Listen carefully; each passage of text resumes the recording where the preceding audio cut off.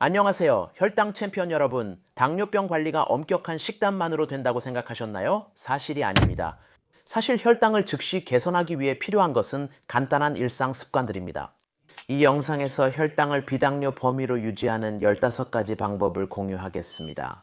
명심하세요. 저는 의사는 아니지만 35년간 당뇨병을 알아왔고 이를 굳게 믿고 있습니다. 제가 이 영상에서 공유할 내용은 여러분의 혈당을 개선할 뿐만 아니라 전반적인 삶의 질도 높여줄 것입니다. 삶이란 여러분이 1형 당뇨병이든 2형 당뇨병이든 라다, 성인 잠복 자가면역 당뇨병, 임신성 당뇨병 또는 당뇨병 전 단계이든 상관없이 해당됩니다.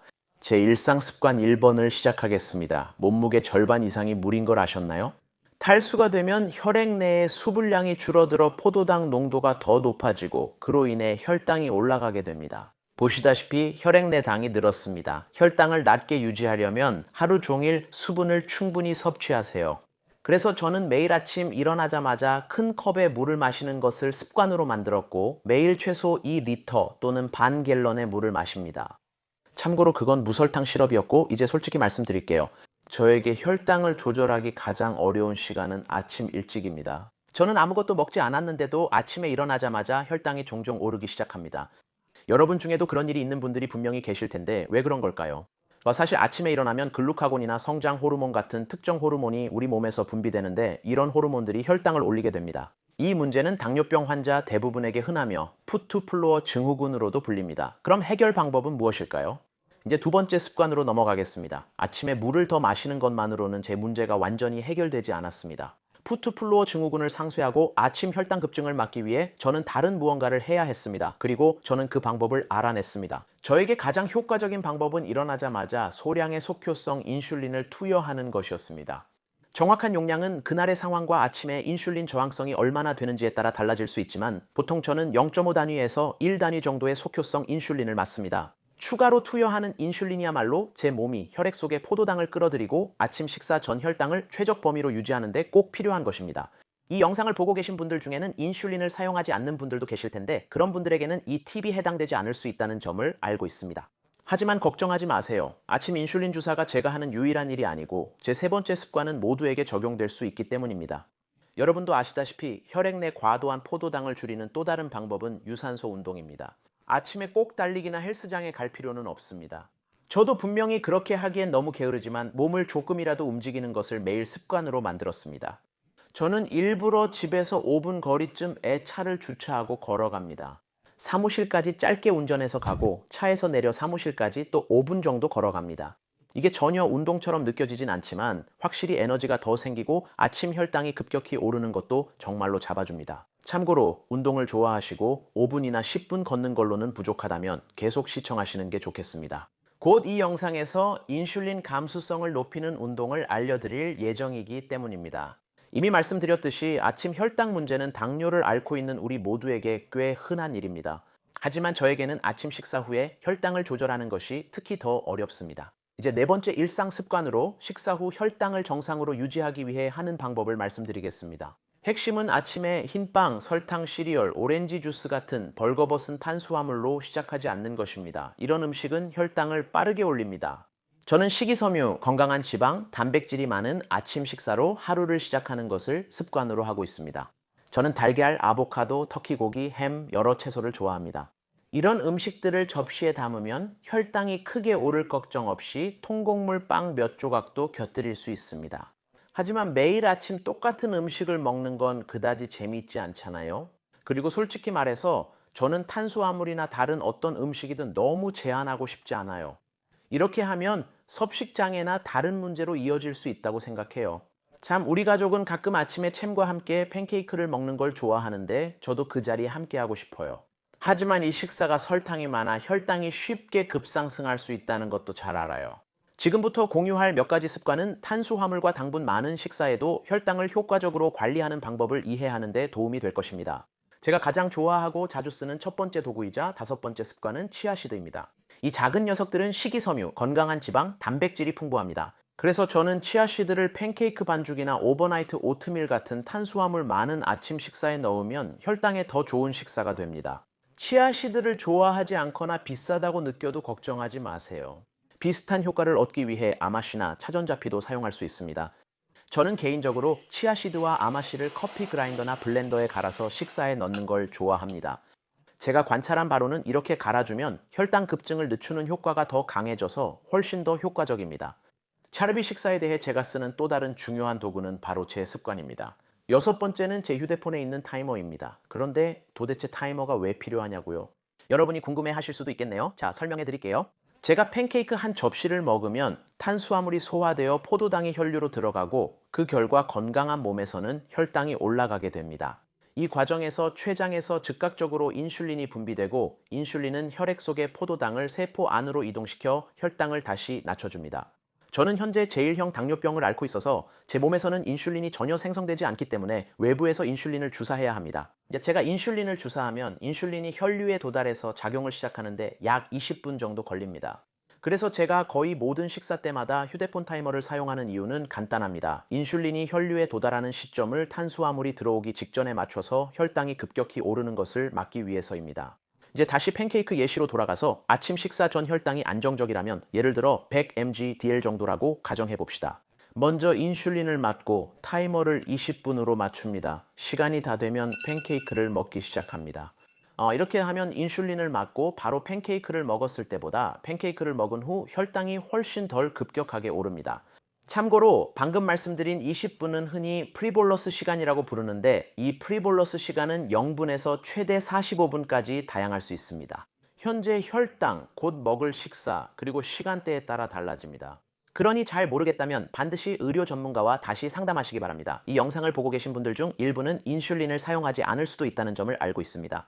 여섯 번째 습관은 효과가 없을 수 있지만 일곱 번째 습관은 확실히 도움이 될 것입니다. 식사 후 혈당을 조절하기 위해 제가 하는 또 다른 일은 바로 식사를 하는 순서에 관한 것입니다. 이것은 간단한 원칙에서 시작합니다. 접시의 모든 음식이 혈당에 같은 영향을 주지 않습니다.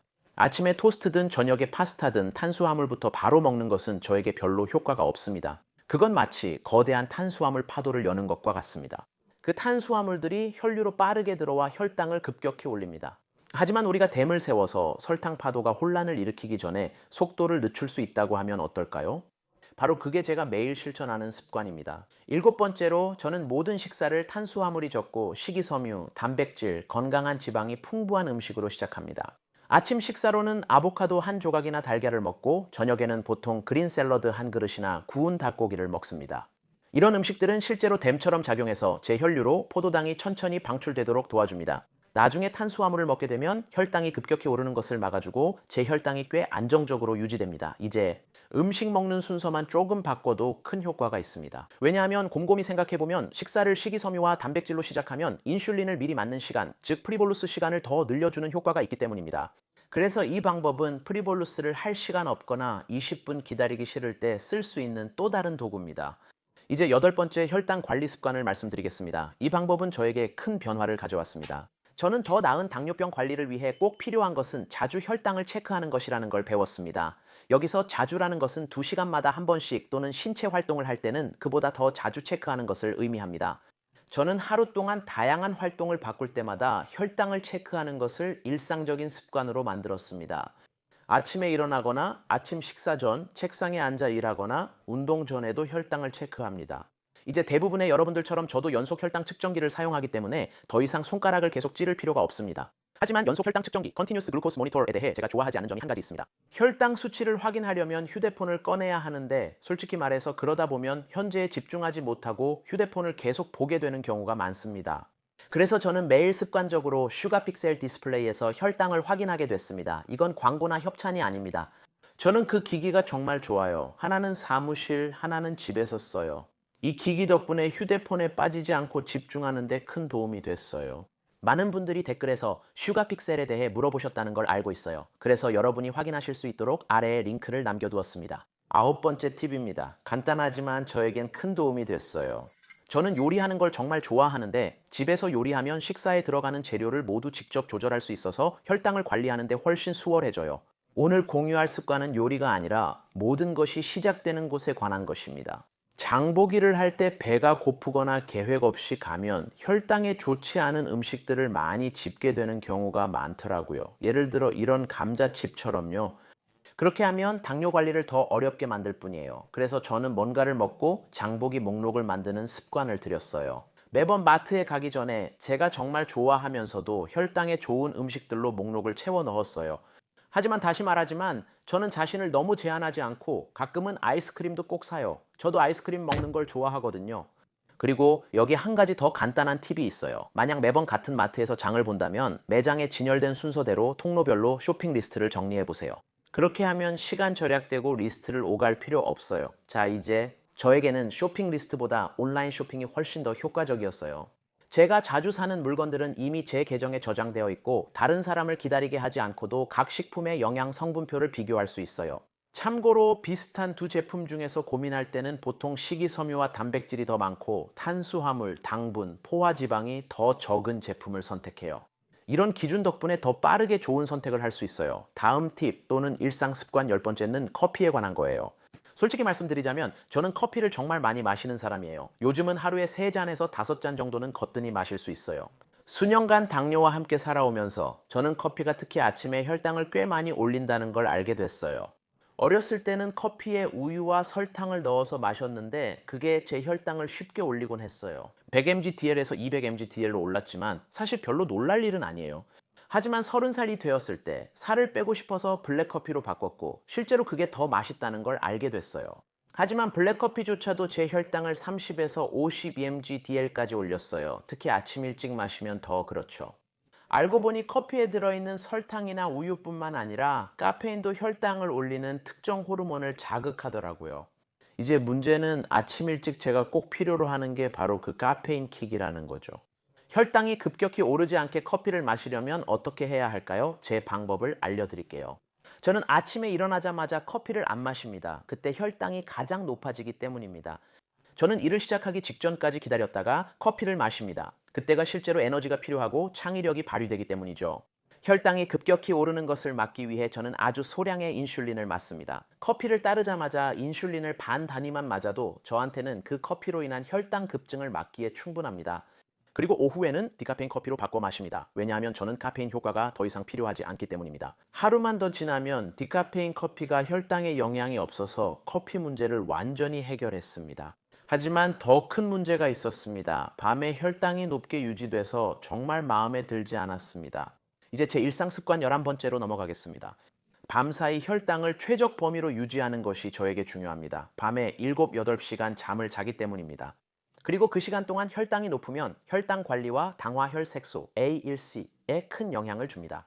솔직히 말해서 밤사이 혈당이 조절되지 않는 경우는 대부분 늦은 저녁을 먹거나 밤늦게 무언가를 먹었을 때입니다. 감자칩이나 아이스크림처럼 탄수화물과 지방이 모두 많은 간식을 먹을 때 그렇습니다. 그런 것들은 혈당 관리가 정말 어렵고 특히 잠잘 때 더 그렇죠. 맞잖아요? 제가 이런 야식 유혹을 피하는데 정말 도움이 되는 한 가지 습관은 저녁 시간에 스스로를 바쁘게 만드는 겁니다. 딸과 뭔가를 하거나 산책을 하거나 노트북으로도 뭔가를 해요. 결국엔 피곤해져서 꽤 괜찮은 혈당 상태로 잠자리에 들게 됩니다. 하지만 그냥 소파에 누워서 TV만 보면 아무 생각 없이 간식을 먹을 확률이 훨씬 높아요.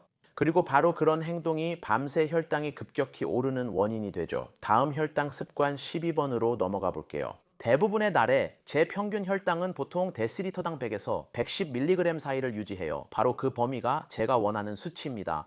하지만 제가 밤에 7시간 미만으로 잠을 자면 혈당이 조금 이상하게 변한다는 걸 알게 됐어요. 다음 날엔 혈당이 보통 120, 132mg/dl로 나타나는데 이는 이상적인 수치가 아닙니다. 그리고 게다가 잠을 충분히 자지 못하면 보통 혈당의 변동성이 더 커지고 전반적으로 혈당이 더 많이 치솟는 걸 보게 돼요. 그리고 보통 혈당을 최적 범위로 유지하려면 인슐린을 더 많이 필요로 하게 돼요. 그래서 푹 자는 건 단순히 좋은 게 아니라 저한테는 당뇨 관리의 기본이에요. 그래서 저는 일찍 자는 걸 매일 습관으로 만들었고 무슨 일이 있어도 밤 11시 전에 침대에 누우려고 해요. 저는 보통 아침 6시에서 7시 사이에 일어나서 매일 밤 7, 8시간 정도 푹 잘 수 있어요. 이렇게 하면 다음날 혈당이 훨씬 더 예측 가능해지고 덜 요동치게 돼요. 물론 항상 예외는 있죠. 여행을 하거나 밤에 잠이 오지 않을 때도 있죠. 7시간이나 8시간의 수면을 못 챙길 수도 있지만 그런 일이 생기면 저는 이미 준비가 되어 있어요. 저는 이미 다음날 더 많은 인슐린이 필요할 수 있다는 걸 알아요. 그리고 아침에 혈당이 서서히 올라가는 걸 보면 저는 인슐린을 더 과감하게 투여할 거예요. 다음은 일상습관 13번입니다. 그리고 이 습관은 제 혈당에 큰 영향을 미쳤기 때문에 제 삶에서 정말 중요한 부분이 되었습니다. 이건 마치 저를 더 인슐린에 민감하게 만들고 혈당을 계속 낮춰주는 마법의 알약과도 같습니다. 13번째 일상습관 이 운동이라고 맞추셨다면 정답입니다. 하지만 중요한 건 이게 단순한 운동이 아니라는 점이에요. 제가 기본적으로 하는 운동은 근력 운동, 유연성 운동, 그리고 존 2 유산소 운동의 조합입니다. 저는 이런 종류의 운동이 운동 후 최대 48시간 동안 인슐린 감수성을 높여준다는 것을 알게 되었습니다. 저는 인슐린 감수성이 높아지는 게 좋아서 이 운동을 이틀에 한 번 하려고 합니다. 그렇게 하면 일주일 내내 인슐린 감수성과 혈당을 낮게 유지할 수 있습니다. 하지만 물론 그게 너무 힘들다면 더 적은 횟수로 시작해도 전혀 괜찮습니다. 무엇이든 도움이 됩니다. 이제 14번째 습관에 대해 이야기하겠습니다. 저는 이 습관이 가장 중요하다고 생각합니다. 혈당을 조절하는 데 있어서요. 많은 사람들이 당뇨병 관리에 어려움을 겪는 큰 이유 중 하나는 혈당이 완전히 무작위로 느껴지기 때문입니다. 저도 몇 년 전만 해도 똑같이 느꼈어요. 하지만 한 가지를 실천하기 시작하면서 당뇨병이 결코 무작위가 아니라는 걸 깨달았습니다. 제 혈당이 오르거나 내릴 때마다 이유가 있습니다. 중요한 건 이런 일이 왜 일어나는지 이해하고 다음엔 어떻게 달라져야 피할 수 있는지 아는 것입니다. 저는 5분 루틴을 시작했는데 인생이 완전히 바뀌었습니다. 매일 저는 제가 먹는 모든 것, 하는 일, 느끼는 감정, 그리고 복용하는 약의 정확한 용량, 특히 인슐린까지 모두 기록합니다. 하루가 끝나면 저는 5분 동안 CGM에서 나온 그래프를 검토하고 제 메모와 비교해 봅니다. 이렇게 하면 아침 산책이나 저녁 식사 등 효과 유무를 파악하는 데 도움이 됩니다. 점심에 먹은 햄버거와 감자튀김의 탄수화물을 과소평가한 것도 알 수 있습니다. 이 간단한 루틴은 혈당에 영향을 주는 숨겨진 요인들을 발견하는 데 정말 도움이 되고 그래서 당뇨병이 훨씬 덜 무작위적으로 느껴집니다. 참고로 이 방법을 한번 시도해보고 싶으시다면 무료 기록장을 준비해뒀습니다. 아래 링크에서 다운로드 하실 수 있습니다. 이게 제가 실제로 쓰는 형식입니다. 이제 혈당 습관 15번으로 넘어가겠습니다. 이건 매일 하는 습관은 아니고 2주에 한 번 정도 하지만 당뇨 관리에 큰 도움이 됩니다. 몇 달 전부터 1형 당뇨를 앓는 친구 크리스탈과 정기적으로 대화를 시작했습니다. 저희는 2주에 한 번씩 연락해서 당뇨로 겪는 여러 가지 어려움과 그것을 어떻게 극복하는지에 대해 이야기합니다. 그리고 이런 비공식적이고 친근한 대화를 통해 저희가 당뇨에 대해 많은 것을 배우고 있다는 사실을 깨달았습니다. 솔직히 말해서 이런 정기적인 대화가 제 당뇨 여정에 신선한 아이디어와 새로운 동기부여를 더해줬고 저는 정말로 이 시간을 즐기고 있습니다. 저희 대화는 유튜브뿐 아니라 팟캐스트 Diabetes Unlocked로도 들으실 수 있으니 관심 있으면 아래 링크를 확인해 보세요. 사실 당뇨와 함께 충만한 삶을 살고 싶다면 이 영상에서 제가 공유한 일상 습관들은 여정의 첫걸음에 불과합니다. 하지만 혈당을 정말 빠르게 낮추고 싶으시다면 여기 혈당을 낮추는 30가지 추가 팁을 담은 영상이 있으니 꼭 확인해 보세요. 클릭해서 시청해 보세요. 다음 영상에서 뵙겠습니다.